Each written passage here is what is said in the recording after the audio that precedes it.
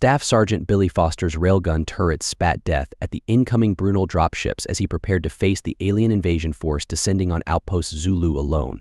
Proximity alarms wailed, and ground-penetrating sensors pinged hundreds of large contacts. 6 Brunel capital ships and dozens of assault landers had jumped from FTL, launching a massive offensive to seize this uninhabited but strategically critical world.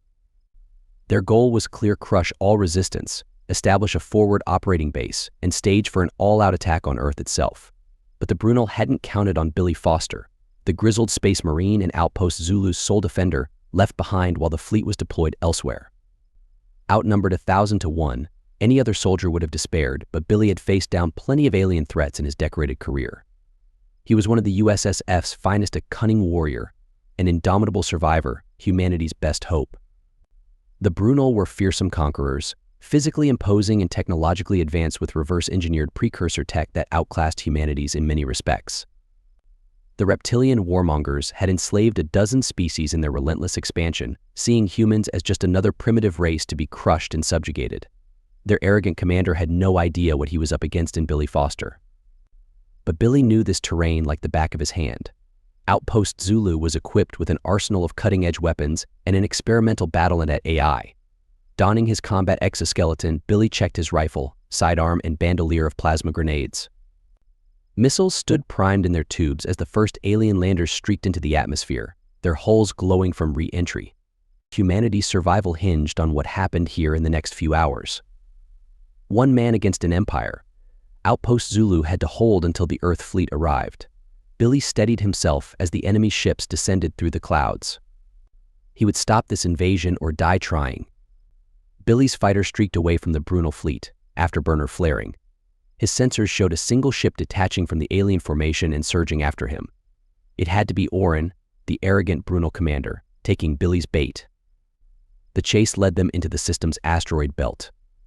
Billy juked and jived, narrowly avoiding the tumbling space rocks. Orin matched him move for move, his ship's cannons spitting bursts of searing plasma. Chunks of blasted asteroids spun away as the duel intensified, both vessels soon pockmarked with glancing hits. Alarms wailed in Billy's cockpit, but he bared his teeth in a savage grin. This was what he lived for. He goaded Orin over the comms. Not bad for a scaly freak, but you're going to have to do better than that. Orin's reply crackled with rage. I'll flay you alive, primate. Your head will decorate my bridge. The running fight took them to the system's fringes where a massive black hole lurked. Billy dove toward the dark maw, threading between gravitationally distorted light beams. Orin hounded him, eating up the distance. At the last second, Billy wrenched into a slingshot orbit, the black hole's immense gravity hurling him away at breakneck speed. Orin tried to follow, confident his ship was faster, but Billy's parting gift changed that. The instant Orin hit the point of no return, Billy remotely triggered the EMP charge he'd planted on the alien's hull hours before. Orin's systems crackled and died as the pulse fried his circuits, engines sputtering out. The Brunel ship coasted right across the event horizon, the black hole swallowing it whole. Help me, Orin's frantic pleas erupted over the comm.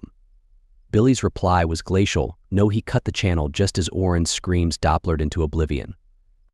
On board the invasion fleet, consoles lit up with failure warnings as the capital ships fell victim to Billy's digital attack. Reactors ruptured, venting fire and debris. Escape pods shot from disintegrating hulls. It was a slaughter. Brunel troops on the surface fared no better as Billy's program seized control of their ship's weapons. Artillery and missiles rained from the sky, the aliens bombarded with their own ordnance, blasted into craters as they ran. Only when the Brunel force lay in utter ruin did Billy contact the cavalry. USSF ships soon arrived to mop up stragglers and occupy the outpost. Billy didn't smile as he watched the cleanup from the command center. The butcher's bill had been high, even if it was all on the Brunel side. Yet he'd stopped an invasion in its tracks. The cost had been worth it, it had to be. He imagined a few trillion humans back on Earth sleeping a bit sounder tonight. That knowledge would comfort him during the nightmares to come. Billy basked in the glory of his victory for a few fleeting days. Parades were held in his honor, medals pinned to his chest by the top brass. Flashbulbs popped as he shook hands with the president herself. For a brief shining moment, it seemed humanity was ascendant, the Brunel threat vanquished. That brief respite was shattered when urgent reports flooded in from the border systems. Long-range scans showed immense Brunel fleets mustering just outside UE space, their numbers far exceeding pre-invasion projections. A sickening realization dawned on humanity's leaders: the assault on Outpost Zulu had been just the opening skirmish. The real invasion was only beginning. Fear and panic gripped the populace as the prospect of an overwhelming Brunel reprisal loomed.